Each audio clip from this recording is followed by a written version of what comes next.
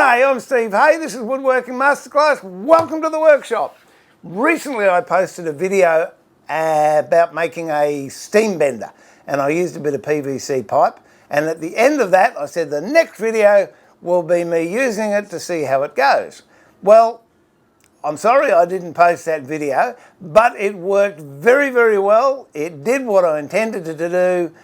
And as the saying goes, the operation was a success, but unfortunately the patient died. And what happened was, as I said in that video, I was going to use a sawhorse. Now, unfortunately, what I didn't think of was this softens a lot, as you can tell. Extremely. What are they? It softens with extreme prejudice. And so when it was finished, it was deformed. However, it still works, and I could still use this. But what I thought was, well, I might as well make a wooden one.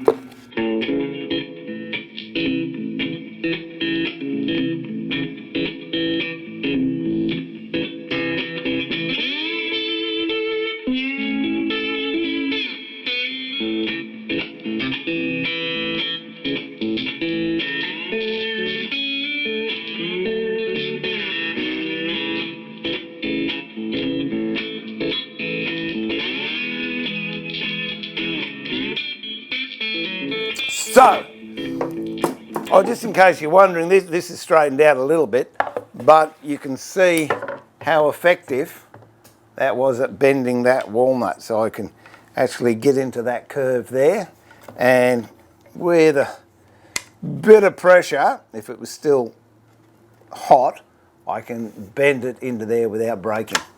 So they really work, and they work really well. So what I've decided I'm going to do is make one out of timber. Doesn't matter what timber you use, I'm using Japanese cedar. Only reason is I've got a lot of Japanese cedar around at the moment. I've decided also, this came in at about 600 mil, and that was for the curves on this particular harp, which is a 22 string folk harp. I'm also making 34 string and 36 string harps, which are longer. So I thought, well, instead of having to make a steam box for each harp, I'll just make a long one. So I'm going to do it at 900. I'd like these at 900, but I'm going to leave them the length that they are at the moment. They're just over 1 metre. And the reason is I'm going to router. That's the bit I'm going to be using. It's called a lock mitre bit. Believe me, it's not for the faint-hearted. I don't particularly like using it. It's very hard to sneak up on the cut using this. You can on the lateral sense, on the horizontal plane, but you can't on the vertical plane because of the way that is set up to cut, and both mating surfaces are cut on the same height and the same dimension as the setup in the router. And one is cut on the face of the board and the other is cut on the edge of the board, but you will see that later on. And just to go back, I'm not cutting these to size. The reason being, if I get a catch or if something happens when I'm either feeding in or tailing out, it's going to happen in the waist side of the board. If I had those perfectly to length and then I started and I had a snipe here or a tear out here, it would affect the job. If you're new to routing, do not try and use that router bit in a hand router because it's just not built for that at all. So setting that up in the router, it does take a bit of time and it takes a little bit of practice. So use scrap bits, and you've got to have them so they marry nicely without being too far down or too far in. And when you see these cuts, you'll see exactly what I mean.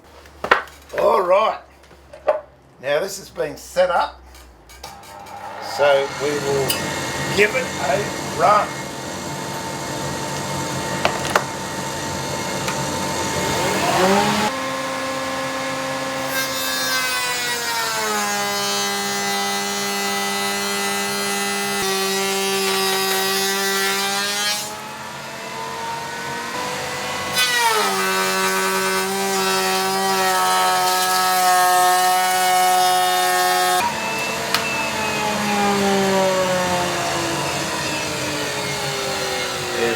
now in order for these to slot together, I've got to have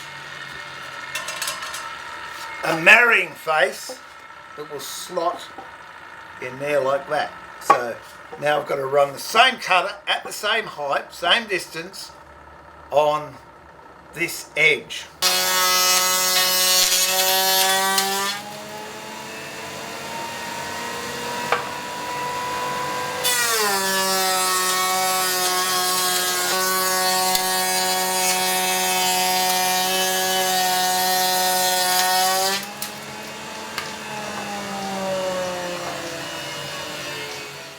Alright, so with these cuts, we've now got to basically just glue them together and push them home.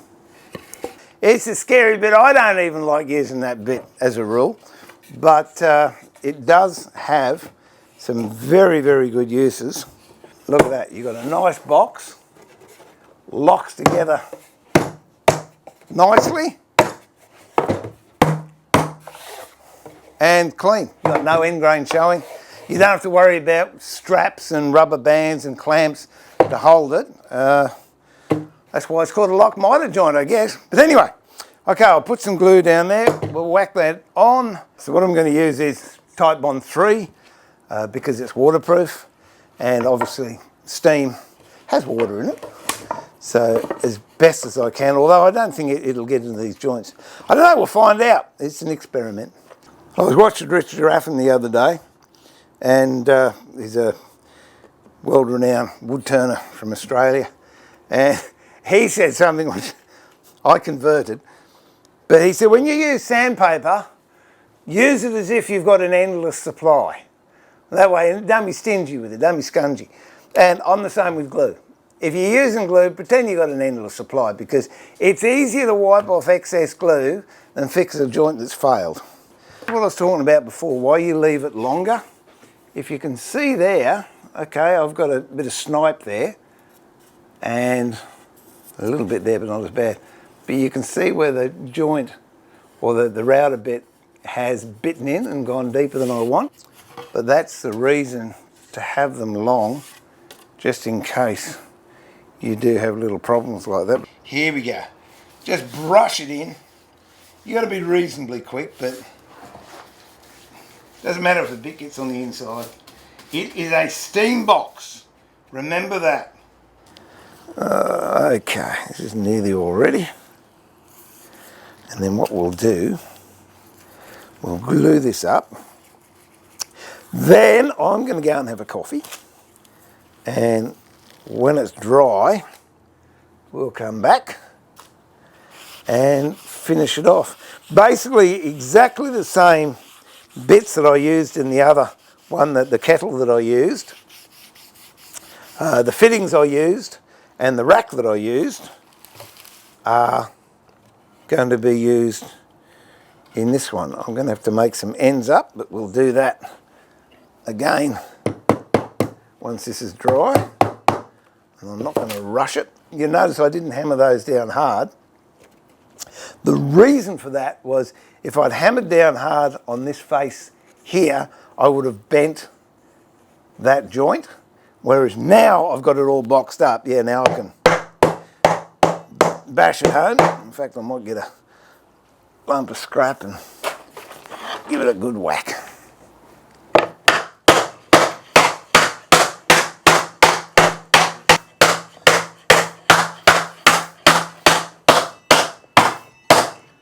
We'll let that dry, and when I come back, we've got to put an end in here, put a little gate on here or a door, and a hole here for the steam and a hole here for the drain, and we'll fire it up and see how it goes.